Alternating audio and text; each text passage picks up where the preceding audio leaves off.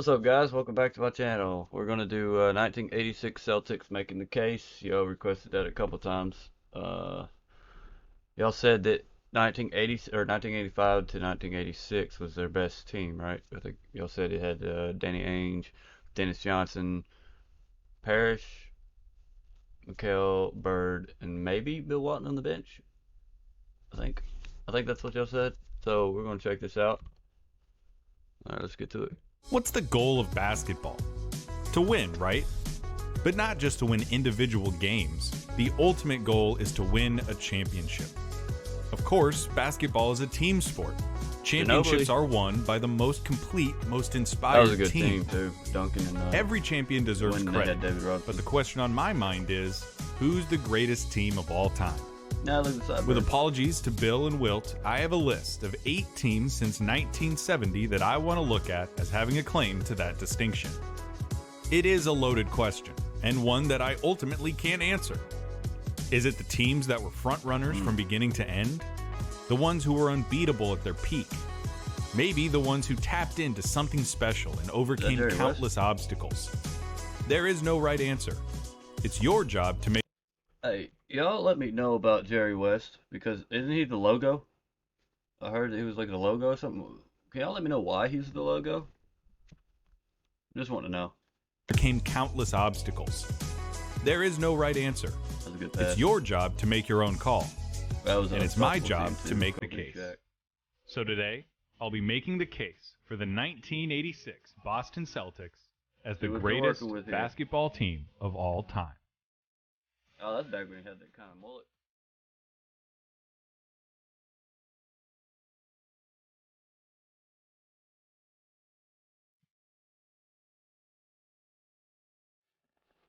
Some quick background.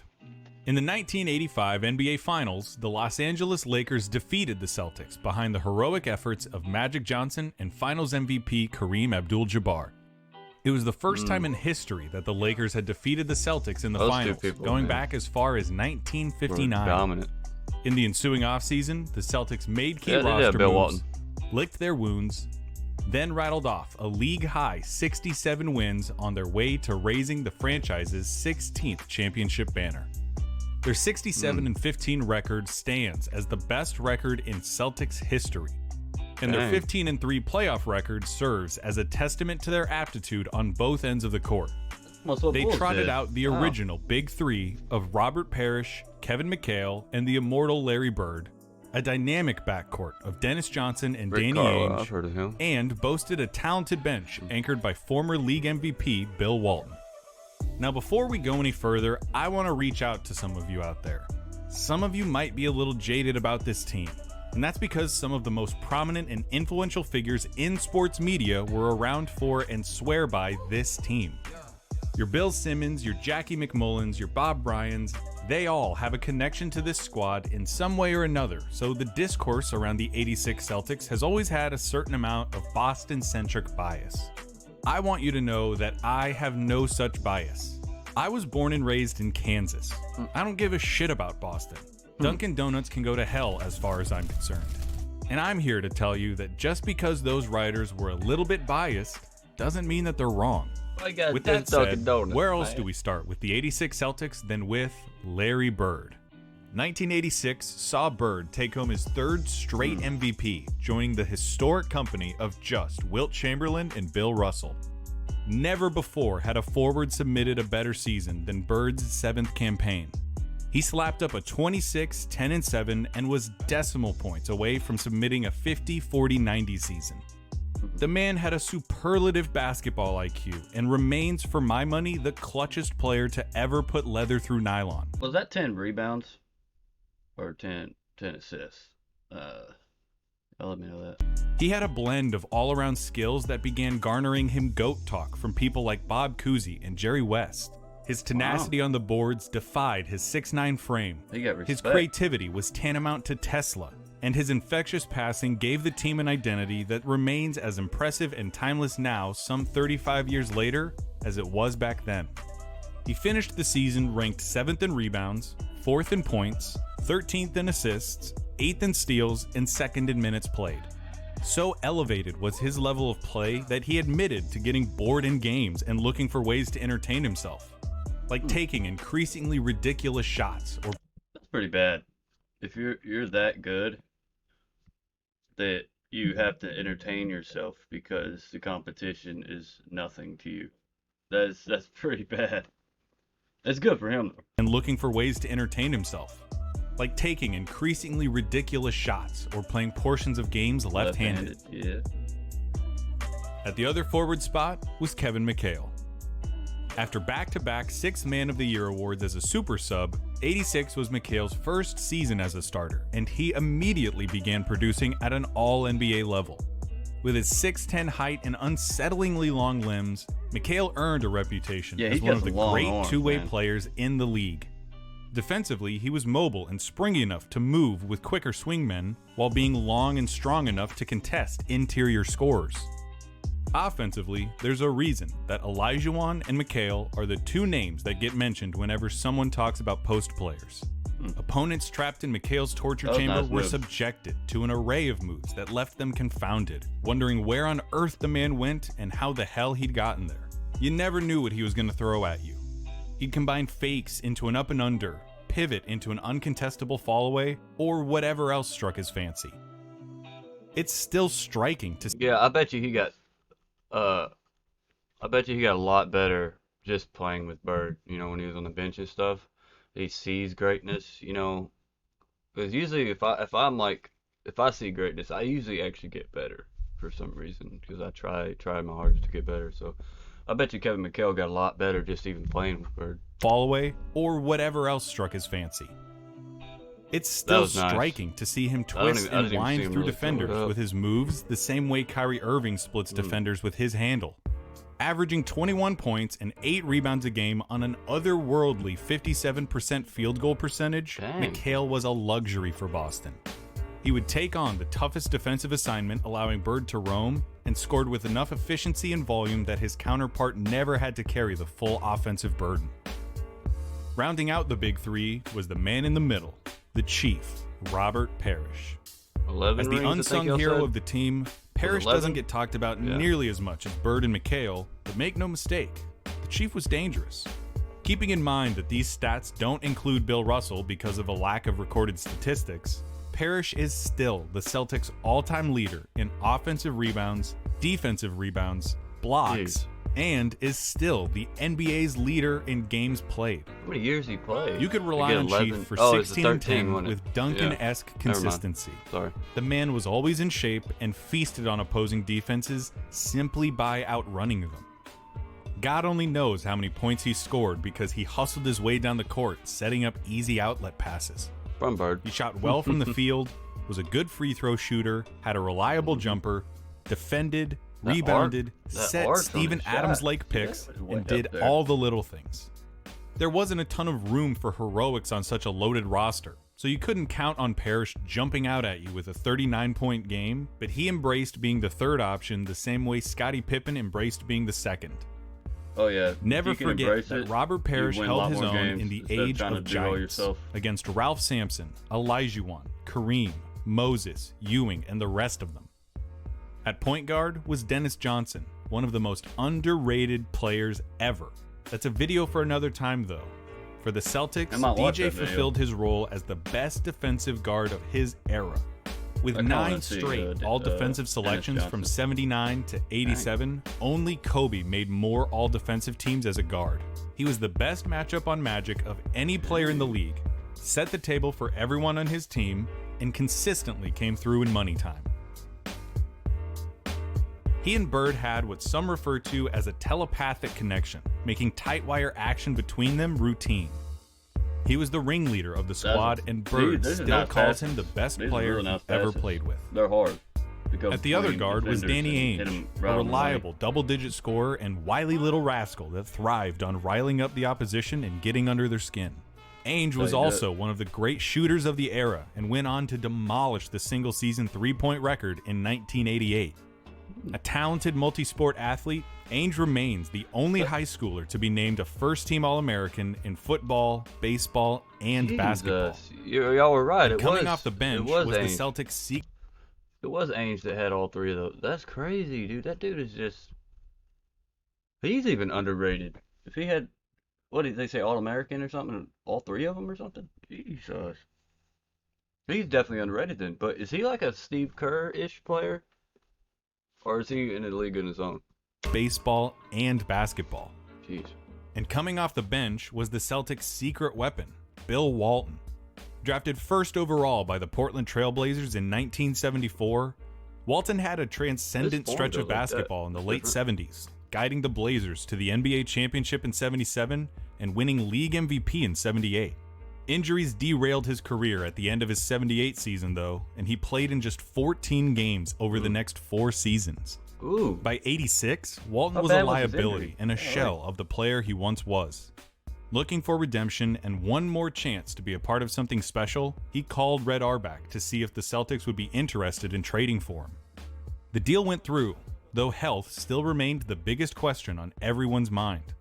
Could his body withstand the grueling championship campaign these Celtics were setting out on? Well, in the 100 games that the Celtics played that season, Walton played in 96 of them. He won the 6th Man of the Year award thanks to his size, smarts, rebounding ability, and defensive instincts.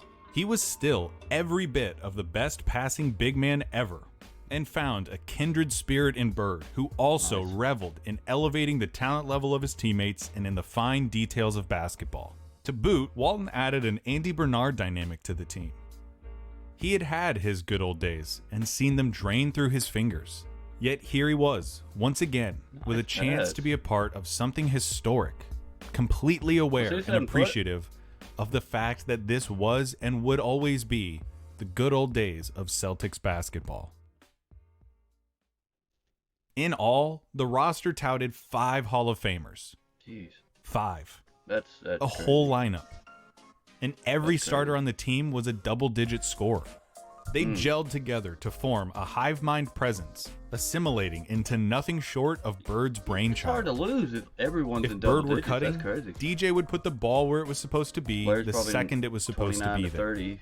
If McHale was rolling on some poor soul in the post and got doubled, Ainge would be in the perfect place for a kickout. If Parrish got open down the court, you could bet that the ball would find him. Ainge just got a good Emulating Bird's all-around prowess, the Celtics could beat you in any which way. Whatever you did, they did better.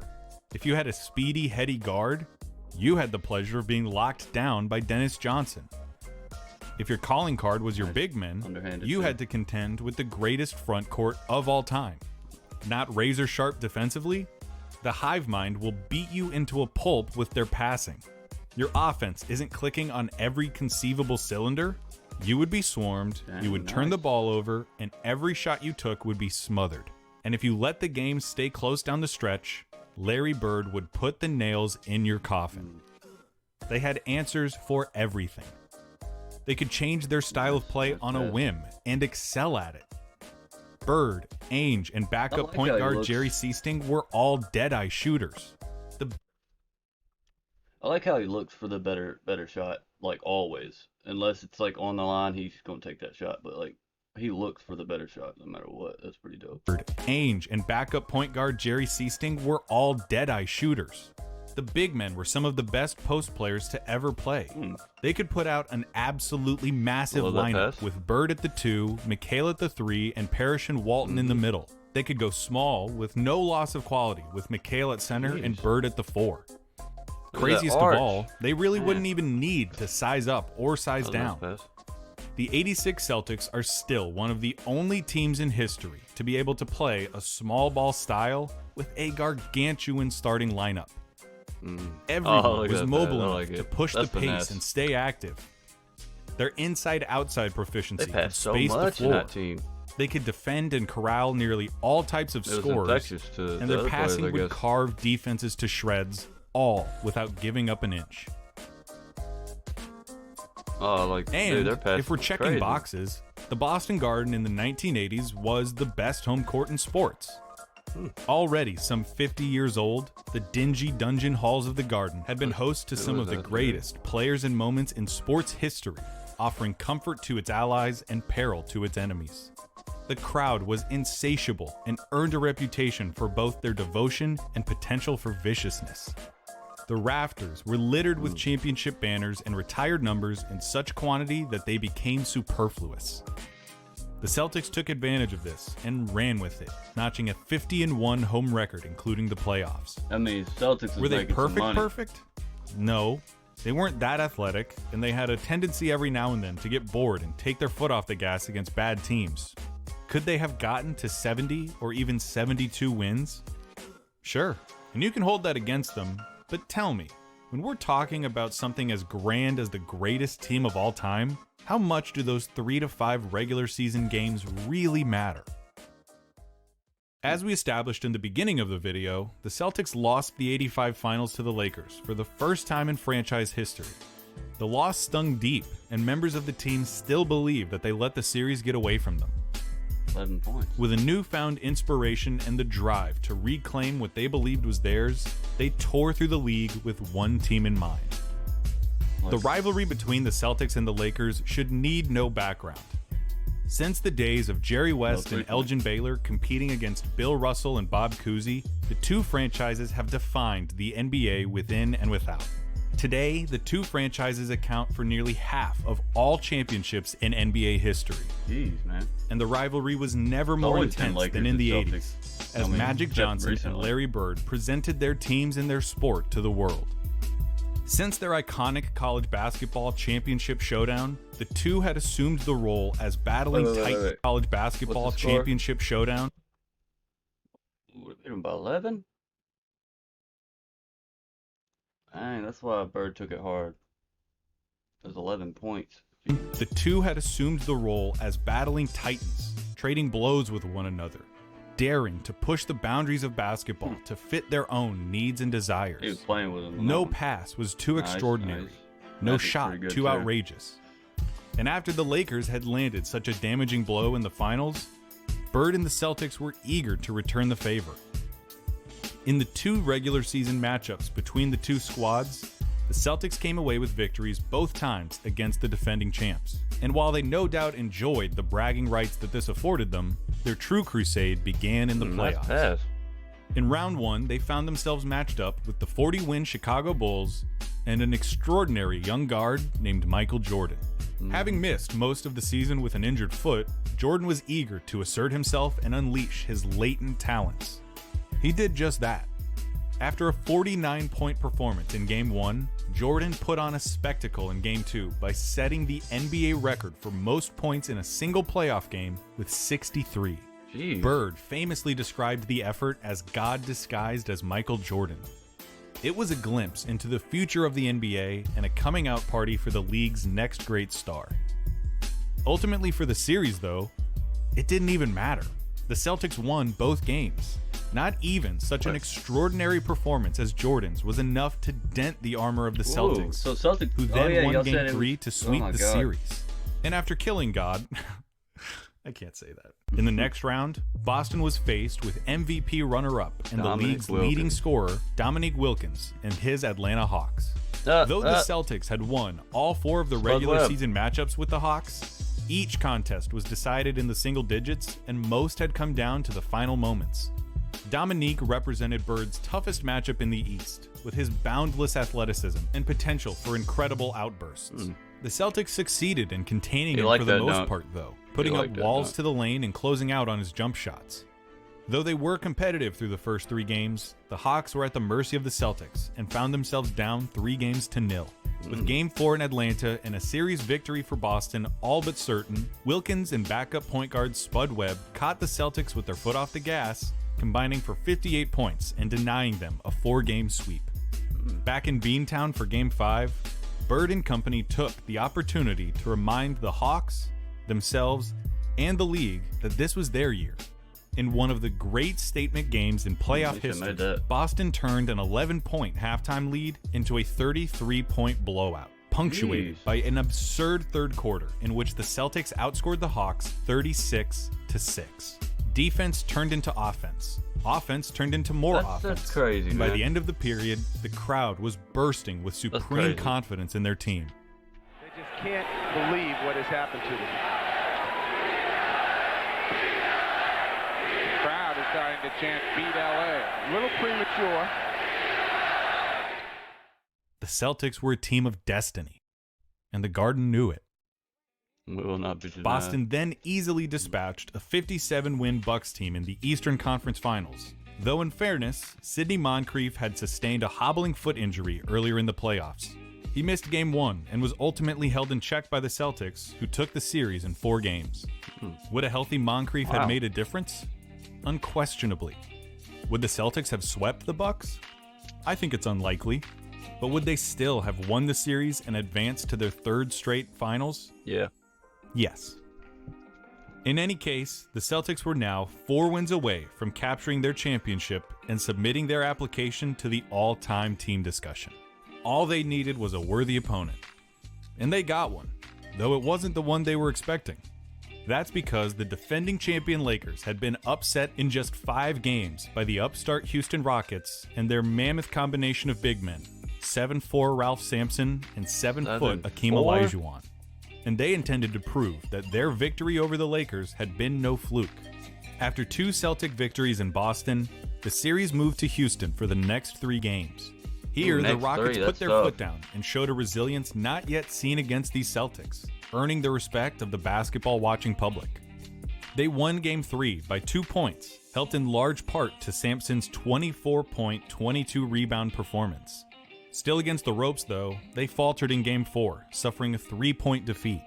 With a 3-1 series lead through the first 4 games, the Celtics were on the brink of their destiny. They'd been able to mitigate the Rockets' size advantage on the boards, though the 23-year-old Olajuwon had succeeded in making himself known as an intimidating and impressive young talent. With Boston looking to close out their season with a championship in Game 5, Olajuwon played an inspired game with 34 points, 14 rebounds, and 8 blocks. The Rockets won and ensured that no championship would be hoisted on Houston's home floor, but not before damning their championship chances. Just into the second quarter of the game, Sampson had gotten a mismatch on 6'1" Jerry Seasting. After some pushing and jostling for position, Sampson turned around and delivered 2 quick, heavy blows to Seasting, igniting a bench-clearing altercation. Nice. Sampson was subsequently ejected from the game, though Olajuwon did carry the Rockets to a victory and forced a trip back to Boston. The Celtics were pissed. They were pissed that they'd let that game get away from them. They were pissed that they'd let Houston keep the series alive. And they were pissed that Sampson had squared off against a player over whom he had a 15-inch height advantage. At practice the day before Game 6, the players worked themselves into such a feverish lather, playing with so much physicality, that head coach Casey Jones had to call off practice. The Garden was no different. The fans were delirious, setting a new kind of record for malevolent trash talk, with most of their attention focused on the imposing Rockets center. The team and their fans wanted to win, to claim their rightful place at the height of the sport, and they wanted to make the Rockets regret the day they ever messed with the Boston Celtics. And the instrument for that righteous fury was none other than Larry Bird.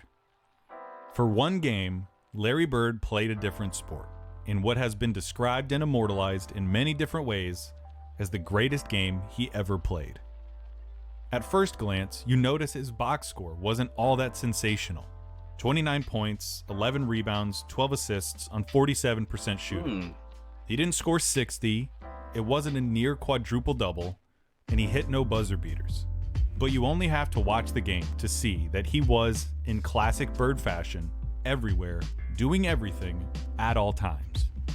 Disrupting passing lanes, finding his teammates, even winning a jump ball against Olajuwon. Nice. He was the king. Basketball was his kingdom. The Celtics walked out with a comfortable 17-point victory as world champions, with Bird remarking himself that it was the best performance of his career, the only one that he ever felt totally prepared for. Afterwards, Red Auerbach blessed the team as one of, if not the, greatest he'd ever seen. To recap, you take one of the most talented starting fives ever, composed of the greatest front court of all time, with the greatest forward tandem to ever play basketball, and watch them eviscerate their opponents with stifling two-way play, dazzling passes, suffocating defense, exquisite shooting, and sublime post play. They win more games than have ever been won by their illustrious club, and proceed to rampage their way to a championship, culminating in the best game in the career of one of... Yeah, Jordan had to retire, or Bird had to retire for Jordan to start winning. Shit. Their way to a championship, culminating in the best game in the career of one of... Not to mention when he got Dennis Rodman and Scotty, though. Basketball's most brilliant talents. The Boston Garden stands no more. Basketball's most brilliant, culminating in the best game in the career of one of basketball's most brilliant talents. Okay. The Boston Garden stands no more. Demolished in 1998 after 70 years of service and replaced with a building with air conditioning. I'll never get to see it. Never get to ask the walls my questions, nor gag down a Sam Adams surrounded by insufferable Boston sports fans. Among the distinguished teams that called the parquet floor home, one stands alone.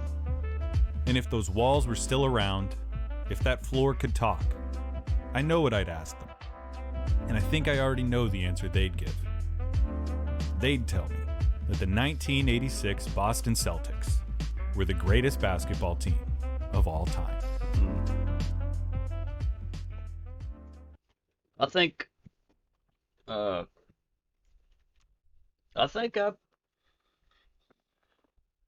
gonna say the same thing. But that is the greatest team of all time. I mean, Jordan's was already good. So they were the juggernaut, whatever. Kobe's was pretty decent. They could have had 2 3-peats, but you know, the whole Kobe and Shaq thing. Warriors is just too many threes. I mean, you can't count it because it's just all 3 points. But yeah, I think they're like probably the best team out there for sure.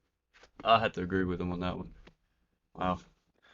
Anyway, like, comment, subscribe, hit the notification bell, and I'll see y'all guys later. Peace.